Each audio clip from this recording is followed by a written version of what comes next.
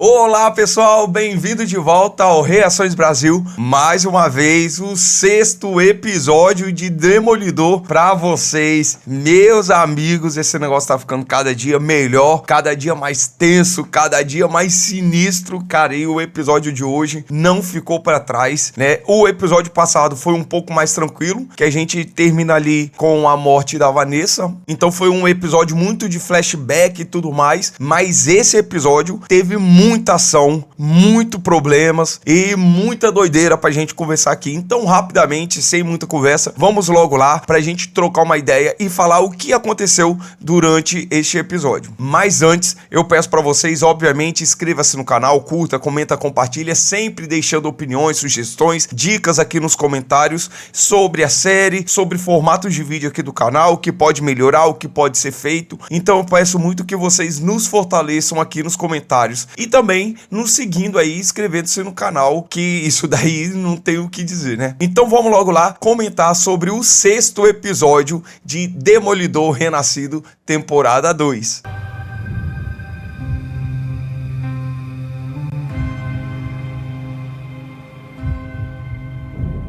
Então, o episódio passado termina com a Vanessa ali já morrendo e os médicos tentando ali ressuscitar e tudo mais, fazendo todo o procedimento pra tentar salvar ela. E já esse episódio começa com a Vanessa em cima da cama morta e o Fisk, obviamente, é muito triste, muito abalado, ao ponto do médico chegar lá e prestar as condolências dele pro Fisk e ainda oferecer um abraço. O Fisk recebeu o abraço e fez mais, matou o médico apertado, igual o Anaconda faz com as suas presas. Foi isso que o Fisk fez, matou o médico. Obviamente, né, na cabeça do Fisk, o médico tinha que fazer o que for pra Vanessa ficar viva. O médico havia falado de milagre no episódio passado, o Fisk rejeitou essa possibilidade, porque pra ele, a vida da Vanessa era a única possibilidade que deveria existir, né? E ao mesmo tempo, depois a gente vê o Charles ligando pra o Fisk, pressionando ele, porque o Fisk tirou as armas lá do porto e escondeu em um outro galpão, e ele tava atrás das armas. Mas o Fisk abalado pela morte da mulher dele, revoltado, querendo fazer o mal, e o Charles ligando pra pressionar o Fisk, ele simplesmente nem deu bola. E depois, claro, da vinheta, o episódio começa propriamente dita com quem? Jessica Jones, né, que era já previsto que ela aparecesse nesse episódio. A Jessica Jones aparece na casa dela ali com a filha dela, porque eu não assisti o Demolidor na época da Netflix, então eu não sei dos defensores, eu não acompanhei essas séries da Marvel na Netflix, eu não sei como terminou exatamente, mas a gente vê que ela tem ali a filha dela, acredito que seja a filha dela, e uma invasão. E a gente descobre lá na frente que essa invasão foi mandada pelo Charles, e não era a força-tarefa do Fisk, até porque eles não usavam uniformes, né? Então eram os capangas do Charles, invadindo a casa dela, e ela passando geral, né? A filha dela depois pega ali, tipo, uma bomba que tava ali pra ser explodida, e ela simplesmente desarma aquilo ali e fala assim, filha, isso não é brinquedo, tá ligado? E depois ela vai falar um pouco mais sobre isso com o Matt lá no meio do episódio. Vamos mais uma vez em sua marca. Aí. Ei, ela tá ali!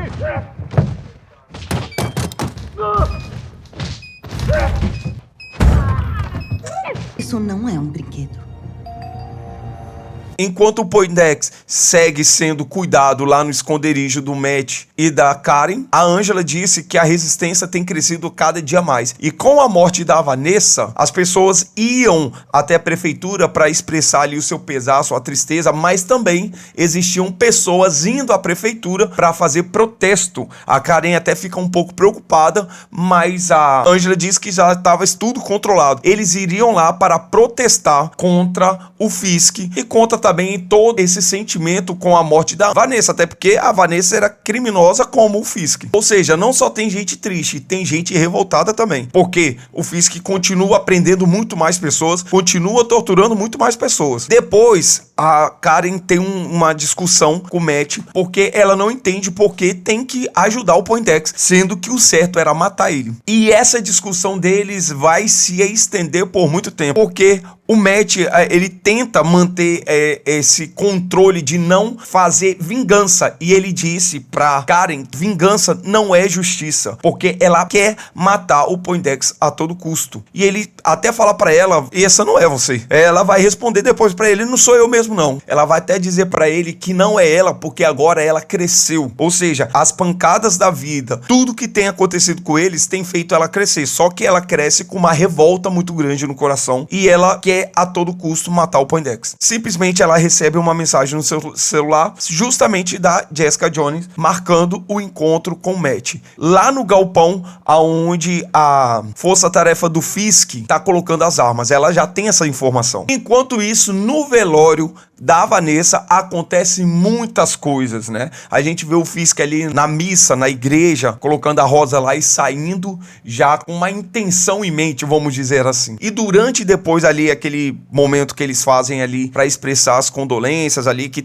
eles têm aquele costume, né? De receber as pessoas em casa. Como a governadora sabe que o Fisk não vai mudar a ideia que ele tem de governar a cidade de Nova York, ele vai continuar com aquelas ideias de perseguição e pior ainda, ela começa a sondar a Sheila e ela diz que a Sheila tinha que se candidatar à prefeitura. Isso acendeu um grande start na nossa cabeça. O trailer do Homem-Aranha da Sheila entregando a chave pro Homem-Aranha. A gente viu isso no trailer, claro, todo mundo indagou isso. Uai, será que ela vai virar prefeita? E aqui a gente vê a governadora já sondando ela, sugerindo para que ela faça isso. Do outro lado, a gente vê o Buck também sondando ali pessoas do governo, porque ele e o Daniel estão nessa empreitada de descobrir os podres da governadora, ele sondando também outras pessoas, essas pessoas se candidatem também a governador no lugar da governadora. E lá no velório também está a Bibi Report e o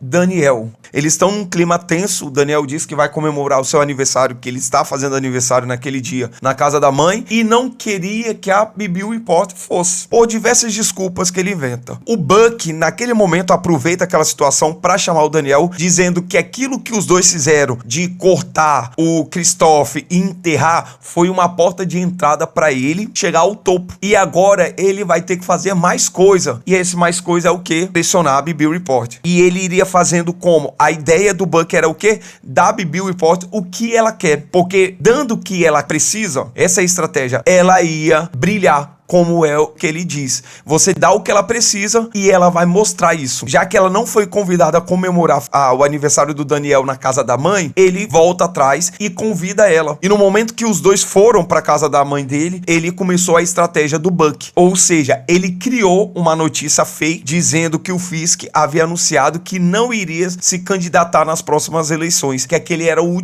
primeiro e último mandato dele. Porque ele estava dando o que ela queria, informação. Chegando na casa do Daniel, ela chega a sair para mandar essa mensagem para os seus informantes, mas o Daniel acha o cartão de memória no casaco dela e pressiona ela sobre isso, porque ele sabe que é ela que tá vazando as informações. Só que ele fala, você tem que parar com isso, porque você chegou no nível que eu não posso mais te proteger do Buck, porque tá as caras que é ela que tá fazendo isso. E eles ficam naquele clima tenso. Eu não sei o que Bibi Report e o Daniel irão fazer da vida deles, mas ela está em maus lençóis. Então a gente vê o encontro do Matt com a Jessica Jones e eles começam a conversar ali no terraço de um prédio em frente ao depósito que eles estão guardando as armas que o Charles disse que o Fisk roubou dele, e ela disse que está um pouco enferrujada, porque pelo que entendi, agora ela é mãe, e esse estado de mãe às vezes faz ela falhar na luta. O Matt até fala que ela tá com a costela quebrada, alguma coisa assim,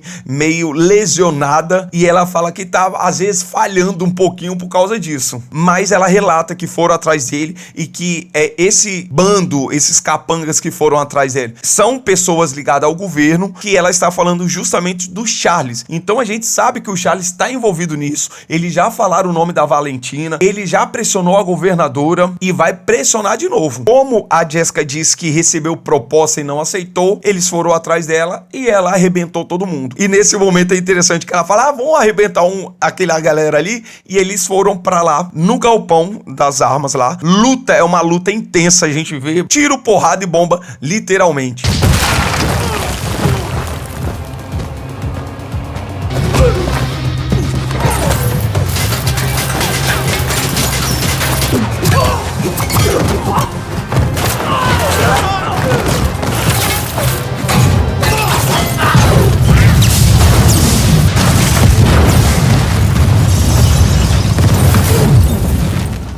Lembra daquele policial que foi capturado pela Karen no segundo ou no terceiro episódio? Então, ele aparece novamente, dando os moles ali, deixando a carteirinha sumir, e o chefe ali da força-tarefa do Fisk percebe que ele tá envolvido com a resistência e fica a todo momento vigiando ele. E lá na frente, ele vai usar a vida desse policial para acusar os vigilantes no meio do protesto que tá começando a crescer a cada momento. É como a gente viu no começo do episódio, a Angela diz que o pessoal estava indo para fazer protesto em frente à prefeitura. Ao mesmo tempo que tinha gente indo lá prestar condolências, eles estavam formando um protesto lá. E esse protesto vai crescendo, a noite chega e todos eles estão usando a máscara do Demolidor. E eles começam a gritar o lema deles: resistir e rebelar. E o negócio vai crescendo, aquela tensão. A gente vê que eles começam a projetar os depoimentos que foram coletados nos episódios passados. Eles começam a projetar nas paredes da prefeitura, que são, né, depoimentos acusando, obviamente, o Fisk de tudo que ele tá fazendo. Como a gente vê que a governadora não está querendo mais apoiar o Fisk, o Charles, mais uma vez, entra em contato com ela e pressiona a governadora, até porque os acordos entre ele e o Fisk não deram certo. O Fisk, como ele diz, roubou as armas dele. E quando ele vai conversar com a governadora, a gente vê que há um relacionamento dos dois bem estranho, né? Porque ele fala com a governadora como um peixinho desse pode falar com um peixão assim, sabe? É como se ele sabe que ela está sendo controlada, ela está sendo manipulada, ou tem alguém muito maior do que ela. Será que é a Valentina? Será que é um mercador do poder? A Sharon Carter? Eu não sei, cara. Eu tô com ela na cabeça, mas há alguém mais poderoso que ela por trás disso tudo. E ele falou que foi lá pra resolver o problema da prefeitura de Nova York. E depois a gente vê o Buck chegando pro Fisk dizendo: a governadora te retirou seu apoio de você. Ou seja, há um negocinho aí que a gente tem que descobrir sobre a governadora também, tá? Ela não é tão limpa, eu acho assim, como nós acreditamos. Como eu disse, o protesto, ele começa a ficar muito mais intenso conforme a noite vai chegando, o Fisk sendo pressionado, as pessoas começam ali a romper a barreira de proteção que a força-tarefa do Fisk coloca em volta da prefeitura. Aquele policial que eu disse, né, que começou a dar mole e que foi capturada pela Karen, ele é morto. A morte dele é usada para acusar os vigilantes e, claro, para acusar todo aquele protesto de causar essa destruição, mortes e problemas. E começa o empurra e a Karen é descoberta, porque a peruca dela cai, né? A gente vê que o Ravi, o amigo da Angela, ele toma um golpe e cai desmaiado. E nessa tentativa de ajudar ele, ela é descoberta, a Karen. E provavelmente a Karen será capturada. E pra finalizar o episódio, o Matt vai até o Fisk pra conversar com ele, dizendo que estava ali pra expressar condolências dele e pedindo pra que o Fisk parasse com isso. Pra que o Fisk deixasse o cargo e que ele se retirasse de Nova York. Porque se o Fisk saísse, ele prometia também ir embora. Ou seja, você vai embora, eu também vou embora. Então, nem eu, nem você. Porque o Matt disse que aquela luta não ia chegar a lugar nenhum, ninguém ia ganhar com aquela luta. Muitas pessoas já morreram, tanto do lado dele quanto do lado do Fisk. E nada estava mudando, vamos dizer assim. Mas o Fisk disse que nada, e nem ninguém podia tirar isso dele. Claro que mais luta e mais porradaria, na verdade. O Fisk e o Matt começam a lutar. Claro que, primeiramente, o Fisk bate muito mais nele, porque ele tá deixando também um pouco isso acontecer. Depois, no meio da luta, ele até levanta e pergunta: é isso mesmo que você quer, ô Fisk?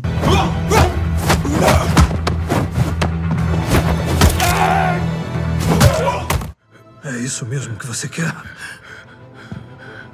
É o que nós dois queremos.